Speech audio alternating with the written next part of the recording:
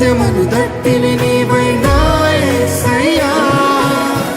వాక్యమును ఖడ్గము నీవై రక్షణను శిరస్సానమై సత్యమును దట్టివి నీవై నా యేసయ్యా.